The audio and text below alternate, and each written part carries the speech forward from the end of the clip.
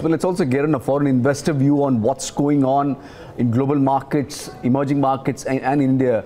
Ipek Ozkardeskaya, market analyst at London Capital Group, joins us from our studios in Shanghai. Ipek, thank you so much indeed for joining us. Let me begin by this conversation by asking about what you're feeling about risk appetite across the globe. We are awaiting a lot of news from global central banks, from ECB, from Bank of England later this week. What's your assessment of risk? Well, actually, we can see that the risk sentiment is quite good. It's the risk appetite is quite strong over the past couple of days, and this is basically due to numerous factors. So we can say the U.S. earnings are doing quite strong. So we had very strong third quarter earnings season in the U.S. and the earnings are going to continue kicking in as we go through this week and next. We also have a very good growth number from the U.S. The U.S. third quarter growth has been 3%, which has beaten analyst expectations of 2.6%, so that was very positive.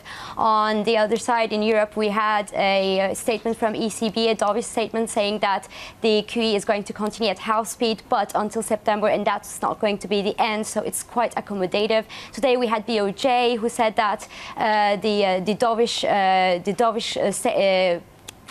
policy is here to stay, and especially we know that after PM Shinzo Abe's victory, we would expect the Abenomics second version to kick in a couple of months, with not only an accommodative monetary policy but also an extensive fiscal policy. So the risk sentiment is quite okay. We had some problems a couple of weeks ago. That was basically the North Korean worries and the Catalan crisis, but these risks are being priced out of the markets as North Korea. We didn't hear about North Korea since 2 weeks, and also the Catalan crisis seems that it's kind of fading out after the Catalan President Puigdemont had to leave office this week.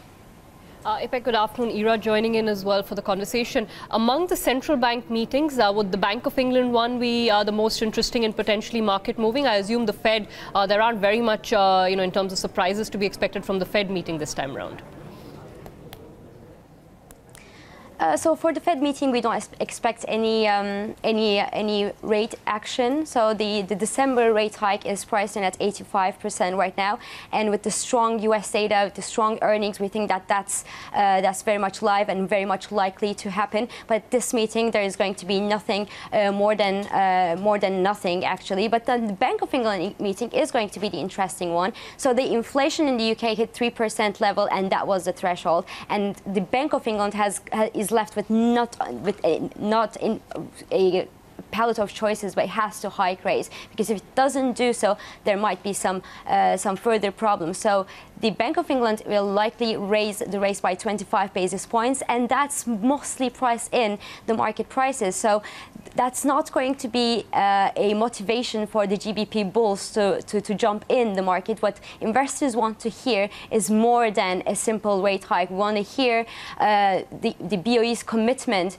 to more action if the inflation pressures are not coming down after the first rate hike. Investors want to see that the BOE is ready to take further measures in order to cool down the inflation in the UK, and that despite the Brexit situation. So that's exactly what the pound traders are looking at. A 25 basis points hike per se would not be enough to keep the GBP US dollar above the 130 level or the Euro GBP below the 0.90 level.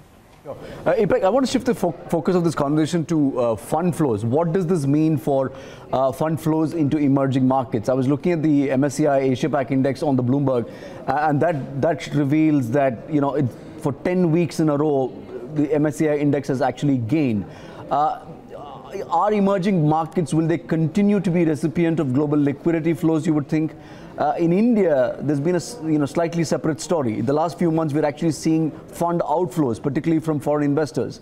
Do you see that turning around? Would India start receiving the quantum of money, let's say, Korea or Indonesia has been receiving? Well, actually, there are two dimensions in this. The first dimension is the Fed and the US dollar. So if the US dollar starts strengthening further, that's going to be a knee-jerk negative impact on the emerging market businesses due to the fact that the commodity prices are going to be more expensive in local currencies. The energy prices are going to be expensive, and that's going to be a little bit more costly for the businesses. But in term, it's positive. I think that the fact that we have good news from the US, from the Eurozone countries is good news for the emerging markets. Also, due to the fact that the weakness that we have been seeing for years was mostly due to demand, a lack of demand, and now it's going to be an increasing demand from the developed world is going to kick in the emerging markets, and that's going to be a positive effect on the supply side also. And if you just can get the supply side going, that means that the economy is going to go for a further recovery, and that's going to boost the stock prices higher. Okay, very quickly, just a point about the dollar that you mentioned. You know, we're seeing the dollar weaken against most currencies, against the euro, against the yen, or most Asian currencies. What's driving the direction of the dollar at this point in time? Well, actually, right now we can say that the US dollar has, we saw the US dollar went to the 3-month highs, and right now it's coming a bit lower. That was due to the political risks because of the investigations with Trump and the Russia ties. But in turn, we are looking at the US dollar as a strong currency due to the fact that the Fed is tightening already its policy. So the European Central Bank is still on hold. The Bank of England is going to tighten, but we don't know it's going to be a dovish hike.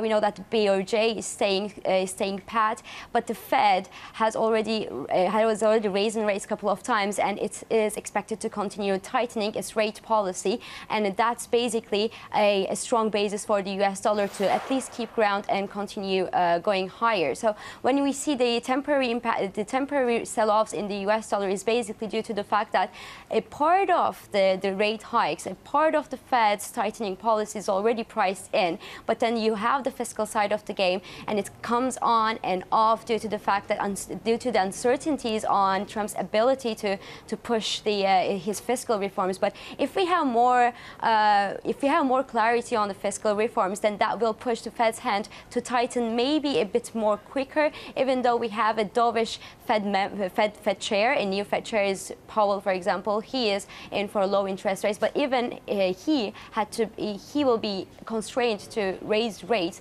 if we have some more clarity on the fiscal reforms, and that's going to be a positive risk on the US dollar. All right, we'll leave it there. Thank you so much, Ipek, for joining us.